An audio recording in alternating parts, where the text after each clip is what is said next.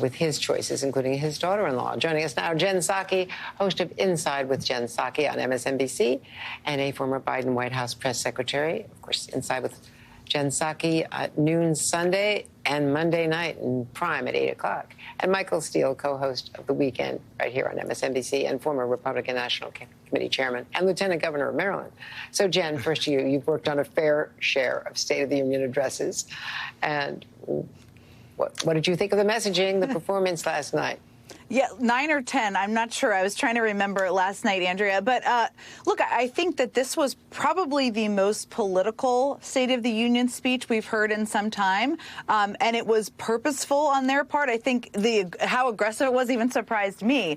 But it was meeting the moment of what I think a lot of people in the Democratic Party, people who are sitting there, maybe sitting on the sidelines, were eager for, were yearning for to hear from the president. What I thought was really interesting is the order of events in the State of the Union is a strategic decision.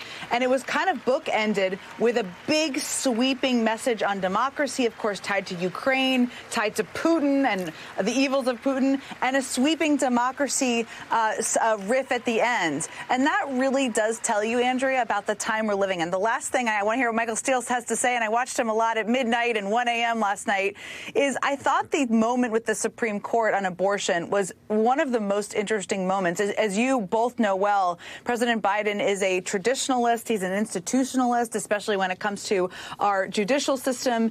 And you could feel the anger from him over Dobbs and over some of the recent actions of the Supreme Court. And I thought that was a particularly powerful moment. It was. And of course, the three of the six justices sitting there were, against the Dobbs decision. That didn't matter. He was speaking to the people that he wanted to address, and they were very impassive, as of course they would be. Michael, what did you think of Senator Katie Britt's response last night?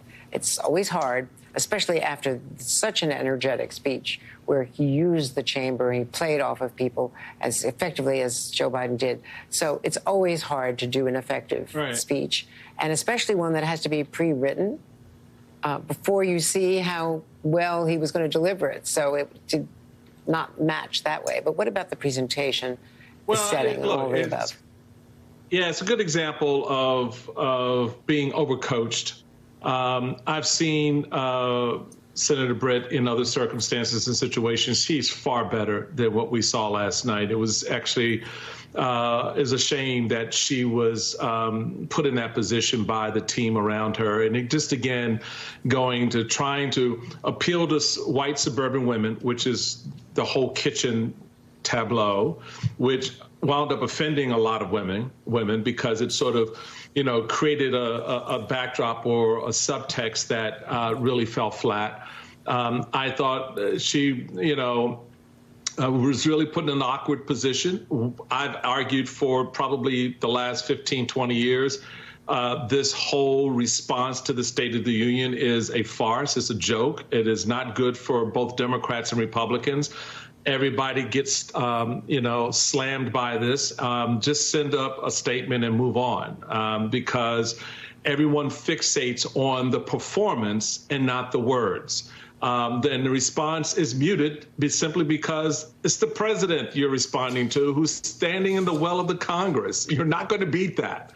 There's no circumstance, even if the president makes a mistake, you're not going to trump that moment. So I thought she was put in a very difficult position to begin with, made more difficult by the way she was coached to deliver that message, which clearly is not consistent with other examples of her speaking in other scenarios. And Jen, very briefly, the other sort of discomfort last night was really the speaker. His heart may be with Ukraine funding, but he does have to take the hit for the fact that it isn't not even on the floor, and the border bill as well. So you could see at certain times where he almost wanted to, like, early childhood education. Who's against that? But Yeah, he was almost smiling and trying to control his smile.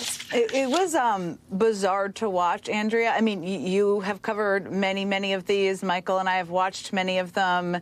There are moments where they're traditionally, historically, and we're not in a normal time, we all know that, where there is bipartisan agreement to applaud, to stand up. And there were many moments, including the president's very strong riff against Putin, against authoritarianism. That, if you go back 5-10 years ago, would have been a moment that would have had some booming cheers from Republicans in that chamber. And you saw the Speaker of the House kind of sitting on his hands. He also didn't stand up for cancer, fighting cancer. I mean, who's against that?